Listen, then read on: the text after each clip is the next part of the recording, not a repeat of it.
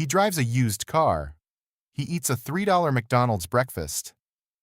He still lives in the same house he bought in 1958 for $31,500. And he's worth over $130 billion. Warren Buffett is living proof that wealth isn't built by spending more. It's built by thinking differently about every single dollar you own.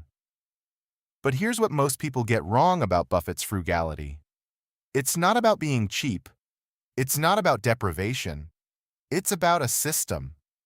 A set of deeply held beliefs about money that he has followed every single day for over 7 decades. Today we're breaking down his 15 smartest frugal habits. Not just what he does, but why he does it. And exactly how you can apply each one to your own life starting today. Let's get into it.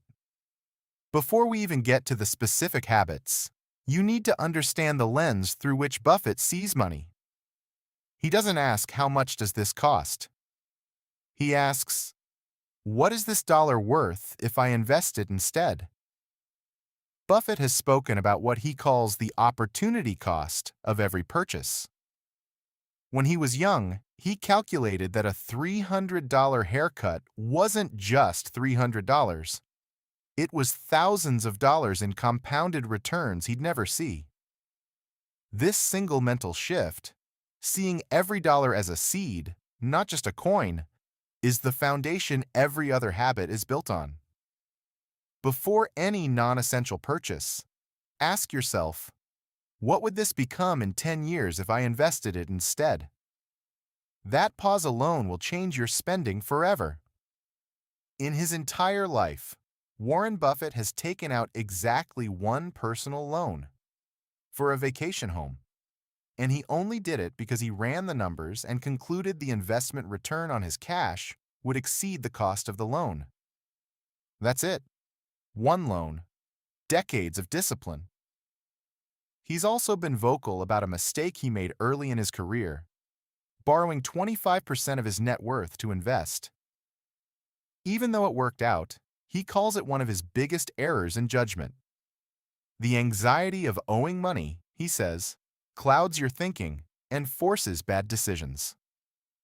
Buffett's rule: if you can't afford to lose the borrowed money and still be fine, you can't afford the loan. Before taking any loan, personal, auto, credit card, ask, does the math genuinely justify this? If you can't show a clear return greater than the interest rate, don't sign.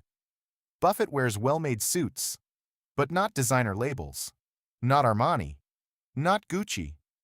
He buys suits that are built to last, serve their purpose, and hold up for years. His reasoning is simple. A brand name is marketing. Quality is engineering. You're paying for one of those two things, and only one of them benefits you. This philosophy applies to everything: clothes, appliances, tools, technology. The goal is to find the product that performs best at its intended job, not the one with the most recognizable logo. Your takeaway: next time you shop, ignore the brand entirely. Research the product's actual durability and performance ratings. The best performing item is rarely the most expensive one. When Buffett's first child was born, he converted a dresser drawer into a bassinet. For his second, he borrowed a crib from a friend, a man worth millions at the time, using a dresser drawer. Why? Because a fancy crib serves the exact same function as a repurposed dresser. The baby doesn't know the difference. This habit goes beyond frugality. It's about resisting the cultural pressure to signal wealth through purchases. Every dollar spent on something you don't need is a dollar that won't compound. Your takeaway: before any purchase, ask 3 questions. Do I need this? Do I already own something that does the same job? Can I borrow it? If the answers are no, yes, or yes, put your wallet away. Buffett's home in Omaha, Nebraska is a 5-bedroom gray stucco house. He bought it in 1958 for $31,500. He has never moved. He has called it the third best investment he ever made, behind only his 2 wedding rings. In a culture where moving up is the default aspiration, Buffett's position is radical.